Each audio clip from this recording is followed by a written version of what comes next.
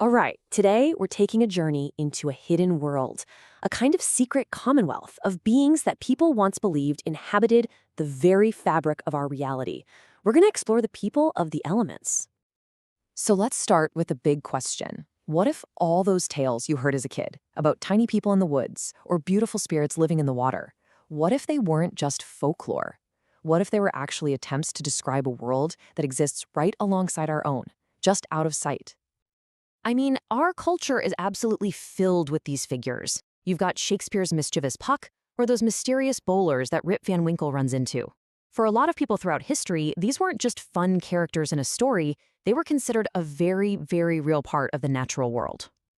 So, how did this whole belief system actually work? Well, to understand that, we have to try and see the world that we don't normally see. And we're going to do it through the eyes of one of history's most brilliant and, yeah, controversial thinkers. And this is our guide, Paracelsus. He was a 16th century physician, an alchemist, a philosopher, and he created one of the most detailed systems for understanding these invisible inhabitants of nature. He was a real giant of his time. The field Paracelsus was working in is called pneumatology. Now, this wasn't just about ghosts or angels or anything like that. He believed that the four classical elements, earth, water, air, and fire, weren't just physical things. Each one also had a spiritual side. And here is the absolute core of his idea. Paracelsus said that every single element is twofold. On the one hand, you have the gross element. That's the physical dirt you can hold in your hand, the water you can drink. But within that, there's a subtle essence, an invisible, spiritual version. And that invisible world, he said, is inhabited. So who are these inhabitants? Well, Paracelsus called them the elementals, or the people of the elements, and he divided them into four very distinct families, with each one corresponding to one of those four elemental essences. And here they are, the four families. Living in the element of earth, you have the gnomes, and their ruler is King Gob. In the water, you'll find the undines, ruled by Nexa.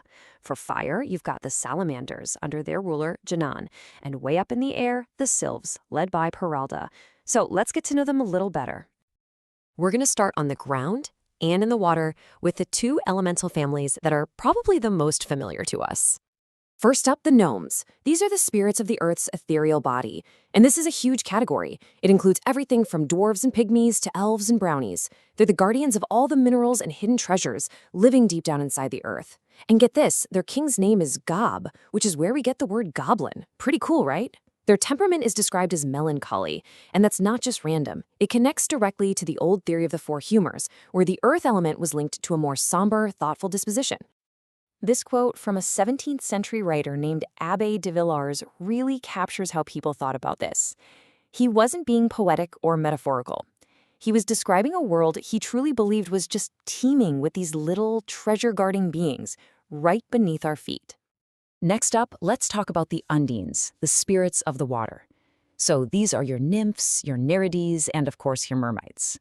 They're almost always seen as these beautiful, graceful female figures, and they live in every part of the water element, from the mist of a waterfall to the deepest parts of the ocean. And just like the gnomes reflect the earth, the undines are described as having an emotional temperament, which ties them to water's role in that same old humoral system. They're even said to be in charge of all the vital fluids in plants, animals, and us. Okay, now let's turn to the other families, the more volatile and powerful ones, the spirits of fire and air. The salamanders are the spirits of fire. It was believed that no fire could even exist without one of them being present inside of it, and they were considered, by far, the strongest and most dangerous of all the elementals. They might look like little lizard-like things crawling in a candle flame, or they could appear as these huge, terrifying giants made of pure fire, all ruled over by the fearsome jinn. And true to their nature, they have a fiery or choleric temperament, which makes them not only powerful but also, well, quick to anger. And here's Paracelsus himself, talking about what people saw. You see, this wasn't some abstract philosophy for him. He's talking about a tangible thing, these fiery balls or tongues of flame that people swore they had actually witnessed with their own eyes. And finally, we ascend to the sylphs, the spirits of the air. They're the highest order of all the elementals. living way up on the tops of mountains. They're like the artists of the atmosphere. They shape snowflakes, they gather clouds. It was said they could whisper inspiration right into the minds of poets and geniuses. And their temperament was considered sanguine, linked to the air, making them cheerful, but also changeable and eccentric. You know, a personality we still kind of associate with creative types today. Okay, so we've met the four families, but what exactly are they? Are they animals? Are they spirits? Well, according to Paracelsus, they're actually something right in between.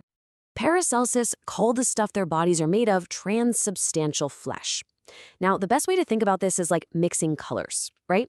If you mix blue paint and red paint, you don't get bluish red, you get a whole new color, purple. And in the same way, elementals are made from a composite of spirit and matter, and that creates something totally new. But here's the crucial difference between them and us. According to this philosophy, a human is a complex being. We have a body, a soul, and an immortal spirit that lives on after we die. An elemental, on the other hand, is made of only one thing, the ether of its element. So when it dies, it doesn't have an immortal spirit to preserve its consciousness. It just dissolves, right back into the element it came from. But because they're made of this single pure substance, there's very little internal friction or decay in their bodies. And what that means is they can live for an incredibly long time. We're talking anywhere from 300 to 1,000 years without ever really aging. Now, it's so easy for us to look back at all of this and just dismiss it as pure fantasy. But I think this quote really helps frame it in a different way.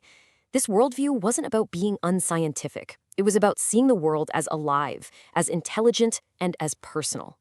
Every natural process, from a crystal forming in the ground to a storm brewing overhead, was the work of an intelligent agent. And that really leaves us with a final thought to chew on. The ancients saw a world that was filled with purpose and intelligence in every single leaf and every drop of water. Today, we see the elegant but, impersonal operation of natural law. So it's worth asking ourselves, in gaining our modern understanding of the world, what, if anything, have we lost?